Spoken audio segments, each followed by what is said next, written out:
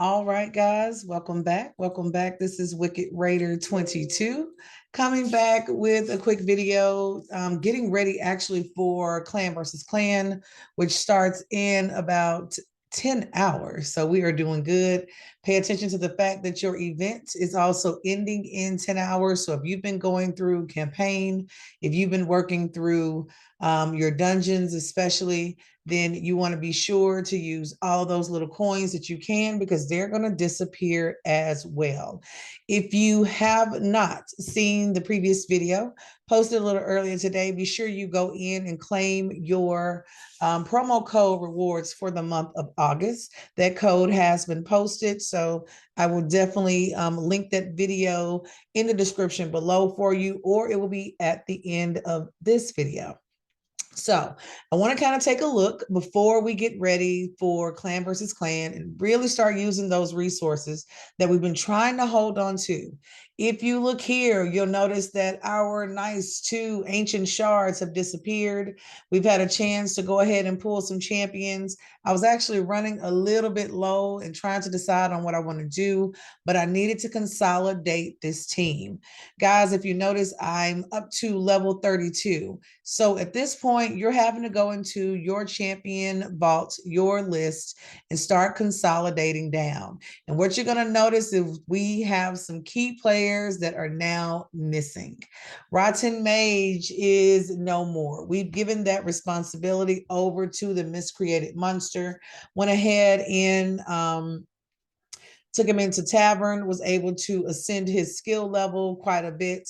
I'm actually going to go through and upgrade some of the artifacts that we placed on him, going back through to make sure, since he's HP leveled, that we're able to get him as highly equipped as we can before Clan versus Clan.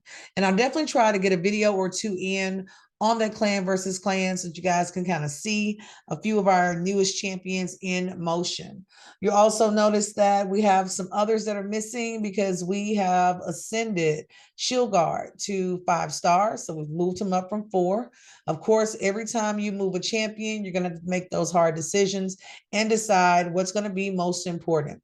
This guy is being used as my hard hitter. So whether I am going through campaign, for example, I'm thinking about even building an arena team around him. He's been pretty great. Really self-serving. He's one of those champions that you kind of pull pretty often once you're going through and farming campaign on a regular basis. But the biggest thing with him is paying attention to always building that defense level. So I want to come in, I want to add as much defense as possible. I've definitely got to get a ring for him. I would love to add a nice little amulet so we can get him geared up and of course ready for banner and all. And we're going to come back and address everything that's still at a level 8. This is where that silver becomes really, really important because I want to go ahead and level up my key team, which right now I'm looking at Elhain, Daliana, my miscreated monster. I am going to remember that name one day. And then probably Shield Guard. What I normally will do, depending on where we are in battle, is Shield Guard and also Sniper. We'll go back and forth. Guys, I told you before, I've had Sniper on a previous team. Definitely not the strongest champion that you will pull, but I will definitely say when she is 5-starred, I have her at level 50 so far on my personal account, and I ended up having to finally sacrifice her. It absolutely broke my heart. And until this day, like I still think about Sniper. And so she's one of those champions. I think honestly, I probably shouldn't, but I'm thinking about keeping her for the long haul and taking at least my top classic group of 6 to 6 stars. So that's kind of where we are. Now, this is what we've done. We went in and we made some sacrifices for this guy. This is Gear Grinder. Gear Grinder, if you guys have not pulled him yet, he is a rare champion. He's from that Organ tribe and from the Ogren tribe. And what I've heard quite a few veterans say, It's worth the resources. And when you hear that, jot it down, kind of take a look. He has a couple of reviews. Haven't really went into reviews. I can definitely see right away Spider's Den is not his area. Faction Wars would definitely be at the top of the list. I have been using him in campaign. I haven't added him to Arena, but that's probably where he will end up for me. I will definitely go in and take the time to add scrolls to him as well. So, and wow, this is a good one to see. He works really well in Hydra. I have struggled on the personal account because once you start making it to areas and start unlocking areas like Hydra and Doom Tower, you have to go back and really rework your teams. It becomes really important to kind of see what's needed and what's not. And I just realized he's from the Ogren. Does Ogre fall under? We have nothing, of course. So we don't have any additional artifacts with him. He kind of falls in the same category. He is HP based. So I tried to go in based on what I had available to me at the time and start adding a few artifacts to him. I'm going to take the next couple of turns since I acquired those packs from the promotional code. You can see a few of those here. So we have energy that is saved away. We have silver that's available to us, the XP boost for 3 days in a row. So I'm going to save these until clan versus clan starts, where I can really power through and get some things done. And then, of course, we have my favorite, which is multi-battles, and we've been given 100 multi-battles. So you guys know whenever multi-battles hit my screen, it's one of those moments where I definitely want to go in and see the difference. Now, here's a question that I had to ask myself. What's the benefit in not only releasing? We let go of Rotting Mage, and I'm trying to think of my 3 others that were there. I pulled Lumberer again. We've had him before. Not the hardest hitting champion, not necessarily the greatest skill kit, so it didn't hurt as much to let him go. And then we had one more that was pulled. And what I'm going to do, because honestly, I wouldn't mind having, I would love like a Marquez, a Diabolus on this account. I've enjoyed both of those champions on my other account, but I need to add something else. I like to have a strong third row. And right now, with the pull of the other shards, we did pull this particular champion. I think it's Arbalister. So she's a part of that undead horde. Just taking a look at her skill set. So she attacks one enemy, has a 25% chance of transferring one random debuff from this champion to a target. Yeah, it increases to 50% as she's ascended. There are a number of champions that do the transfer. So it's one of the things I've seen. It sounds pretty good. I pull Fanatic, for example, from the Shadowkin faction, and there are, once again, a number of champions that do that same skill. So I'm not really impressed with that first skill. Skill number 2 is Lethargy. So attacks one enemy, has a 60% chance of putting the target skills on cooldown.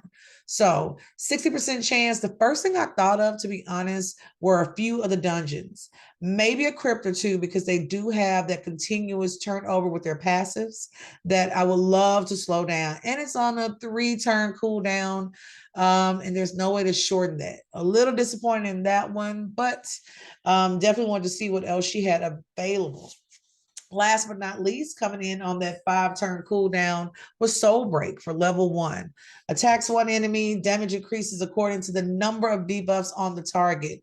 I'm kind of thinking low level boss, maybe. I also started thinking in certain dungeons, it may prove helpful. If you go to the ratings across the board, she's given a 3.9, 3.8, 3.7 in Faction Wars and in Hydra. Again, though, she's seeing some higher numbers. Recommended, of course, as far as what to put her in, would be the critical rate set, which I know we have. And of course, that offense set as well. So 2 sets that are easy for us to come across and easy for us to deal with. And silver-wise, just kind of figuring out where we are. For offense, we've already have a few of these that, since we've had to remove them from our other champions, we have them available. But before I do this series, because we have so many, Let's go down to crit rates, which you guys can see we've been running that area as well. We do have one that's already marked, but we can do a little bit better. So I think honestly, we probably can get away with going back to her skills, because I often forget we're looking for attack. And I want to say we may have a set that may serve us a little bit better. Remember, when you are picking artifacts, you want to be really careful before you finally click that button to assign that artifact. One of the major reasons you're thinking about it is because it costs to remove it. The other thing is I'm extremely careful about what 4-piece sets I end up using. That takes away a lot of space potentially for me to enhance another portion of that particular champion. So when I'm looking for attack, I'm thinking about some of my sets that are at the bottom. So for example, one that came to mind, Divine critical rate is one. We could go in and put both of these. It would limit us. So we probably want to pick between divine rate and divine offense, only because we can only put one pair of boots on. And if I'm comparing boots, which I love to do, this would give me an increase on HP of 260. Attack level goes up by 9. Defense goes up as well. That is a rare boot compared to this uncommon one. We're not getting any HP boost, and the attack and defense is about the same. So it's probably going to come down to the shield, and this is where you have to kind of gauge it. This will be giving a boost of 421, where here I would get a boost for defense and for critical damage. So I think we're going to go with the divine offense sets. Go in and upgrade that set. See if we can get it to a level 8. I'm telling you guys, once you have this instant upgrade, it is so great. It's nice not to sit and slowly watch your money disappear, which is what I feel like I'm doing a lot of the time. So I definitely don't want to do that part. I really prefer to just make it instant. And we're not enchanting this particular set. So we'll equip. And then we're going to go in for the boots, and we're going to upgrade and do the same thing. Remember, when it comes to boots, a lot of people talk about speed. You want your champion getting into the fight as often as they possibly can. The other thing is you don't want to cut off those champions around them that may have a skill set that could support them. So now, whenever I have to reduce down my team, it kind of makes you nervous. It changes the way that you play arena, for example. When you have to upgrade your champion, it's going to change the way you're able to go into certain battles. And you may find that sometimes you've made a change that does not work in your favor. So don't hesitate to go back and make those changes. I would love to add this shield, but I can't because we've already equipped one. So, oh gosh. Guys, did I just sit here and do this? Talking, not paying attention, of course. I wanted to do an attack set. I wanted to add cruel. And for that mistake, let's see, to remove this, it's going to cost us 10,000 silver, but we're going to have to remove that. It's not what we need. I want to pay attention to attack. And after this, we're going to scroll up and do that other set, and I think it's going to work out. Remember, I'm only picking sets here, and I did it again. It's too much. Can't go with this set because, of course, everybody has a shield. The chest plate would be nice, but boots are the only other thing we have in that set as well. Now, I could go around it just before. We've opened our forge. We have not used this area. We may have another area we could use. Normally, I like Perception as a set because it is a 2-piece set. Fatal is one that I would be interested in.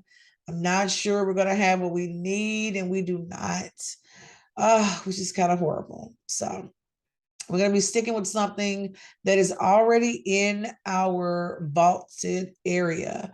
And we were working on our baluster. So let's see. I know that we can put her in this set, and we've got a wide range to pick from. So let's see what else has a little attack percentage on it. Critical rate is another one that was brought up, so we can go with this set as well. A couple of areas where we may have a higher star. A lot of this gear is not my favorite. So this would take our critical rate up by 6%. If I compare that to what I could possibly get done here. Yeah, attack is gonna definitely do a lot better. So let's go ahead and we can equip attack any way that it goes. But I think I'm gonna go ahead and just equip my attack and then slide in one more gear set. So let's go with the chest here. Go ahead and equip that one since it's already worked out for us. And we can pick between the weapon, which is another one I'm thinking about. I will probably, yeah, I guess it's going to be our best choice. Let's equip that one as well. And we'll go back and do some upgrading, which for some of these sets will not be as hard. Now comes the tricky part. We're probably going to mix in, I guess, a little critical rate. We have a couple of 3-star helmets in our crit rate set. Just kind of scrolling to see, was there anything else we missed that may have proven to be a little bit more helpful? I'm often tempted with this extra turn, depending on the champion that we're looking at, but it's tempting, but not sure. So let's hit here. I'm going to do a quick little upgrade really quick. You guys know I like to start out by just taking everybody to level 8. Gives us a nice little base to work with. Work them through a few teams, either in campaign or go into a crypt. Just kind of get a feel as to how that particular champion is working. And then you can make adjustments from there. Remember, at the end of the day, what we're looking at, you have that clan versus clan coming up, which you know can be really lucrative for you. So I'm thinking about ways that I can buck my champion up as quickly as possible so that I'm able to come back, make some progress and some really helpful moves. It means that in between time, between the next tournament or the next clan versus clan, you're making some good progress and of course being a good clan member. It only takes 1,000 points within your clan to normally start collecting those rewards. And depending on if it's a 2 or 3 or 4 day event, that can become a huge booster to what you guys have been working on. Now, my question to you, what are you guys working on? What artifacts are you most interested currently in going in and actually equipping and upgrading? Are there any champions in particular that are really catching your attention that kind of make you think you should pause and do some other things when it comes to your upgrades? I like to keep certain champions equipped.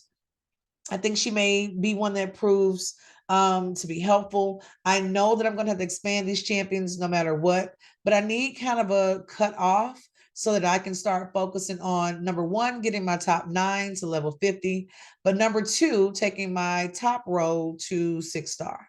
Now, you may have noticed them sitting there. We also pull Sanctum Protector.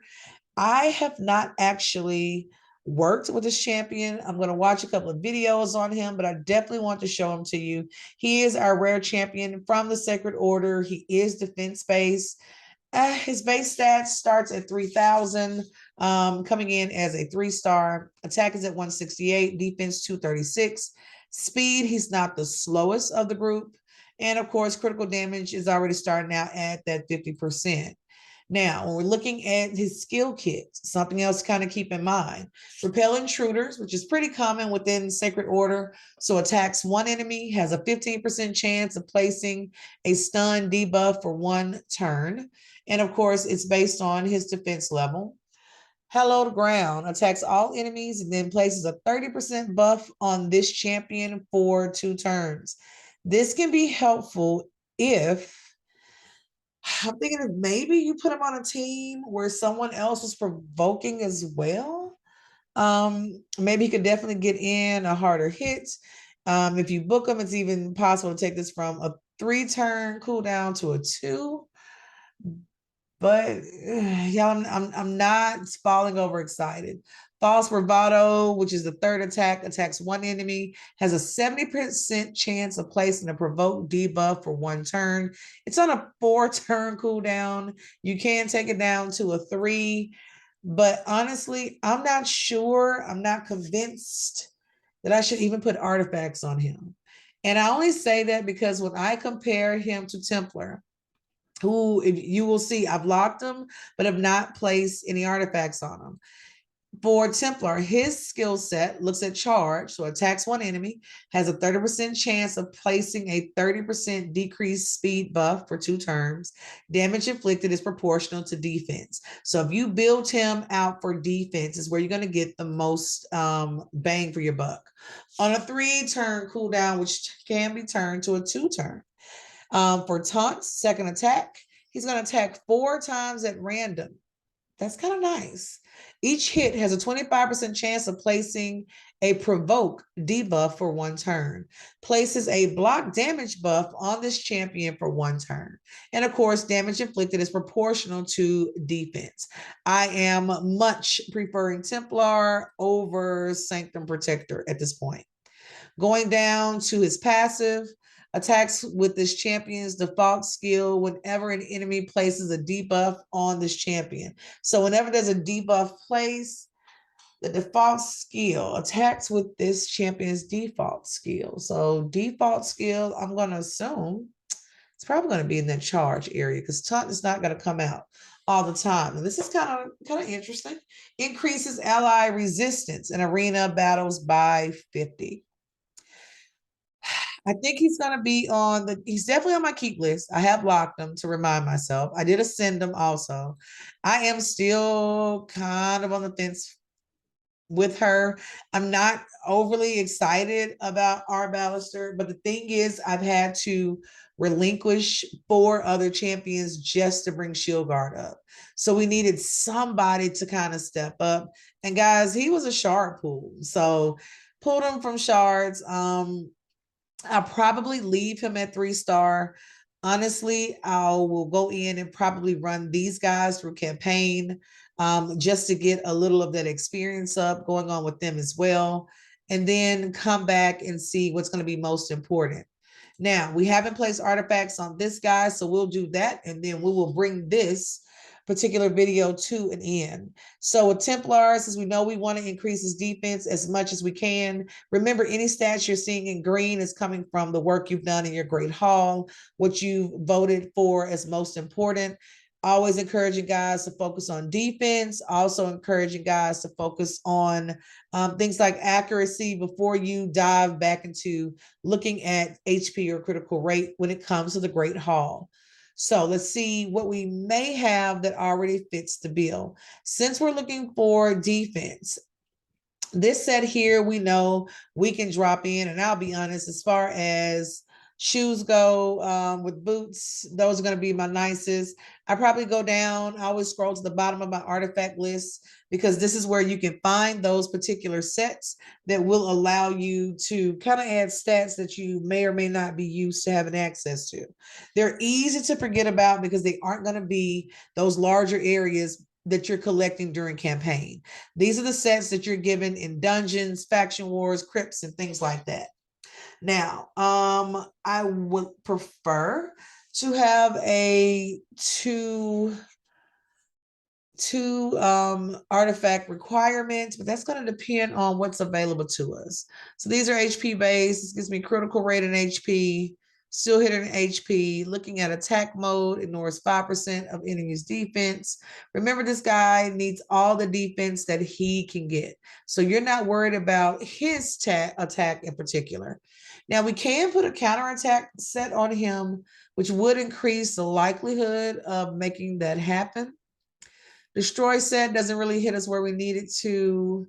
And this is the thing when it comes to defense.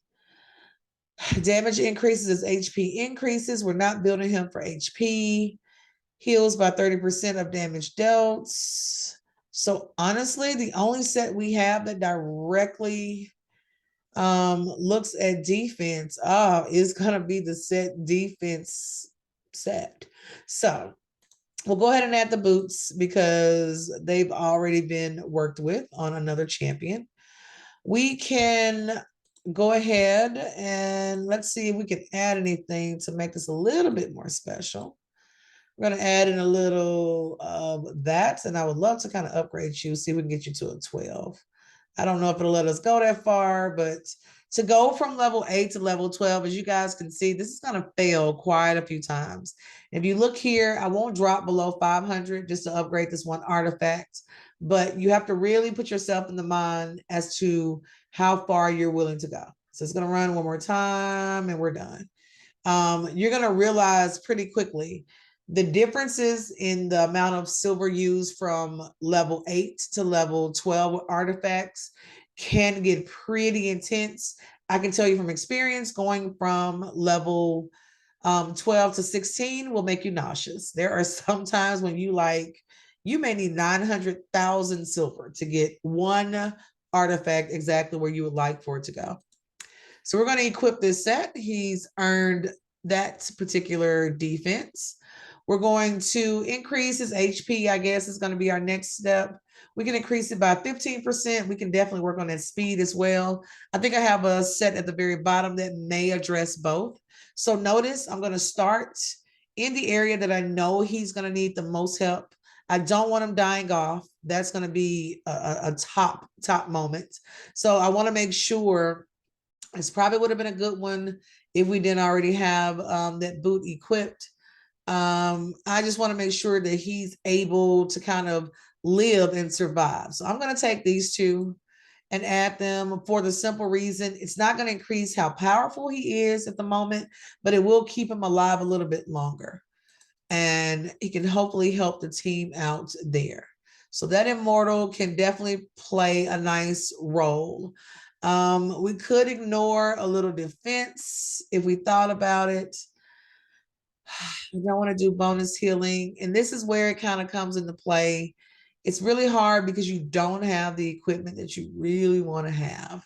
So we need to go campaigning. We need to do a little farming so that we can go in and get some better equipment. I can definitely say that. So, well, I guess if nothing else, we could do crit rate. I think I'm going to do speed because I didn't see anything that encouraged both. So speed is only 92. Let's speed them up. So if nothing else, I guess we'll make them a little bit faster. So let's go in, see if we can get a nice little upgrade to level 8 there.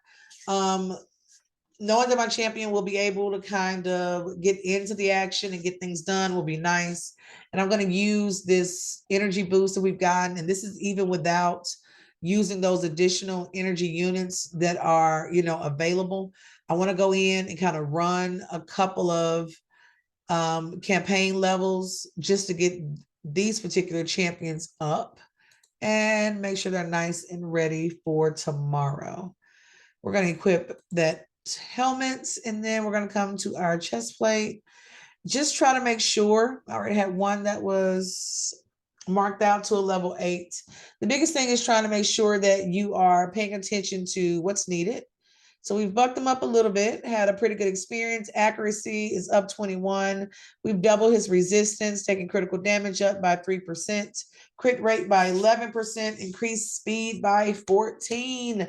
So at least he's now over the 100 mark, which does a little bit better than not. Now, what I can do, I'm going to go in and fill this guardian spot. I know I'm probably going to run...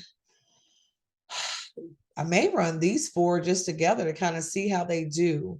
So let me go in, and I know I'm not going to probably keep this guy, but we're going to put him in our guardian ring so he can be upgrading as we go. Of course, we're down to our hero's path, so we got about 9 hours left. Only 400 because we claimed we need to at least get 1,800 if we're going to go for this book here, which is probably going to be as far as we get today. So I think what I'm going to do is pull down and go ahead and use one of my multi-battles that I have available. So I'm going to do 2 things. I'm going to do the XP for 3 days. I'm going to go ahead and pull down a multi-battle. As you guys see, we have tons of energy for this account. And that's the energy that we saved from the other day. I'm also going to pull just a set, just in case, because I'm pretty sure I'm going to run these multi-battles and then come back a little bit later after I brand these to buck up my initial group of champions, and then come back, of course, and we're going to upgrade. So on hard mode, we've been working. We've made it to the Deadlands. I would love to pull a War Maiden. I would love to pull an Heiress for this account. I would also love to build, I think, skill set on Shield Guard. So I still have some space for that to take place as well.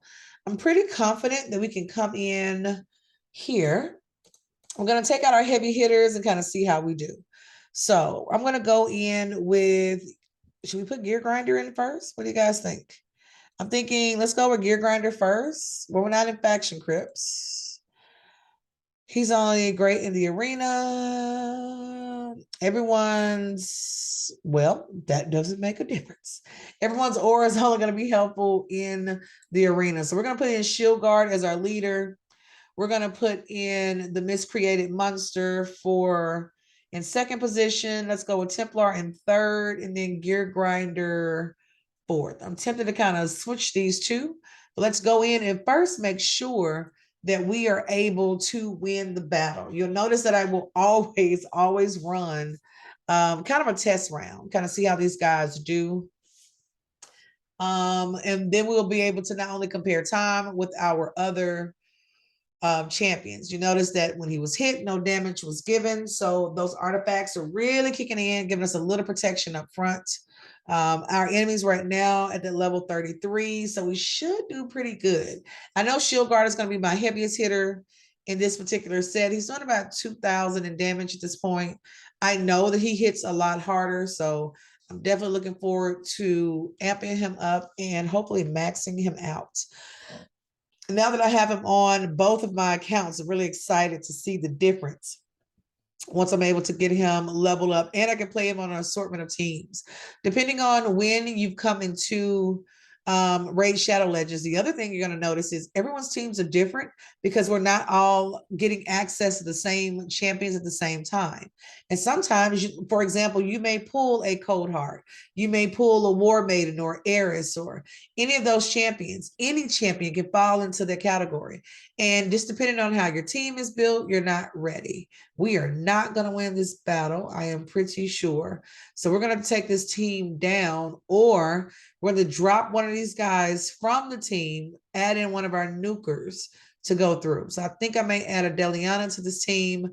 Let's take out Templar, add in Daliana, move everyone back a set.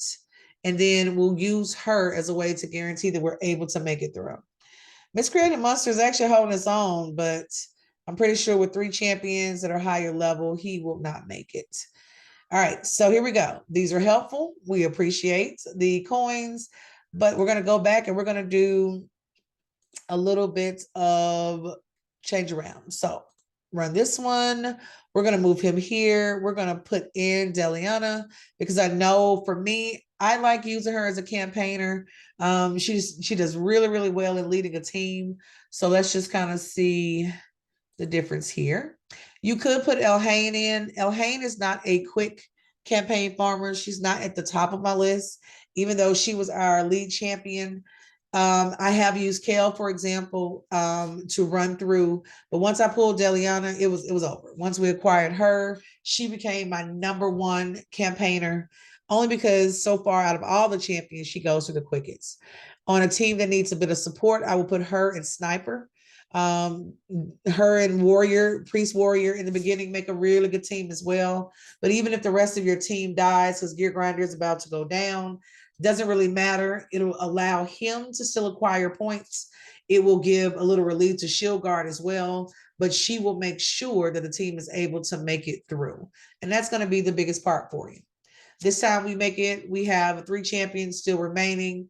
I'm expecting Shield Guard to go down in this particular round, or as hard hitting as they are currently, this will be the level that I will go ahead, run all of my champions through.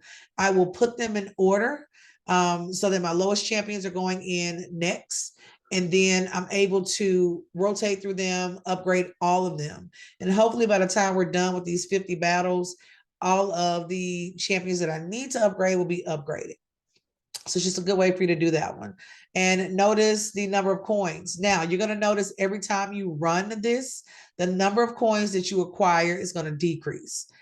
Here's something else. Best time running with like Daliana, Elhain. I think I had a War Priest and Sniper the first time we went through. It's going to take a little bit longer, but once again, I'm going to run this, go do some other things, and then I'll come back to it as well.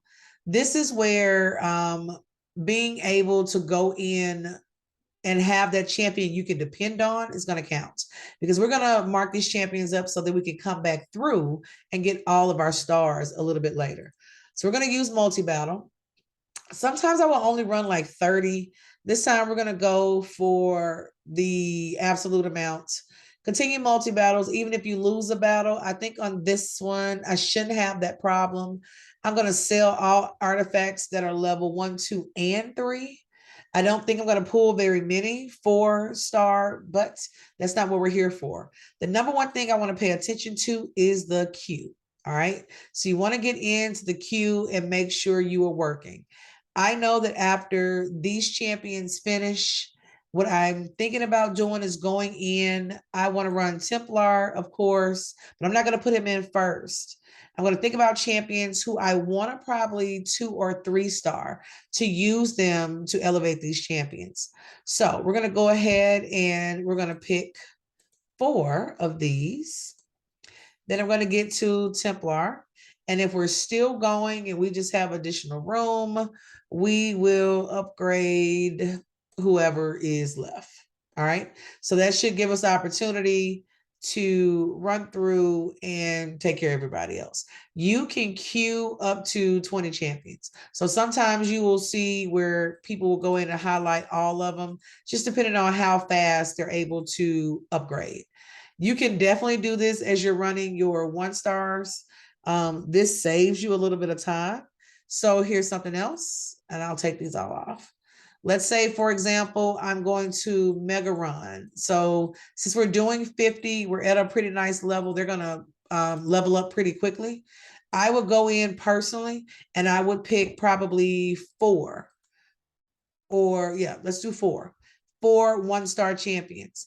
After these are already upgraded, we're going to go in and we're going to pick 4 of my 2-star. And then I would pick the in champion, because this guy's going to have to run a lot longer than your other people. So once you get to his level, then of course, by that point, there should be no battles left.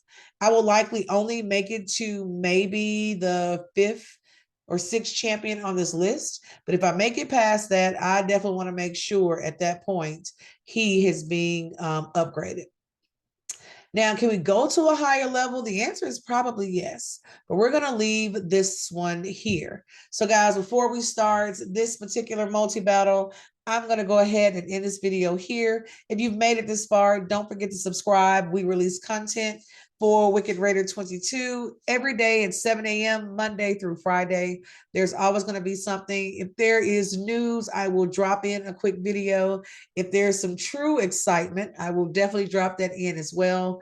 Hopefully after this next event and tournament cycle, we'll start saving up those shards and pulling those as well, so we can kind of see who's popping up and going through who we should keep and who we're not going to keep. I hope you guys are enjoying the game as much as I am, and I will see you soon. Have a good one.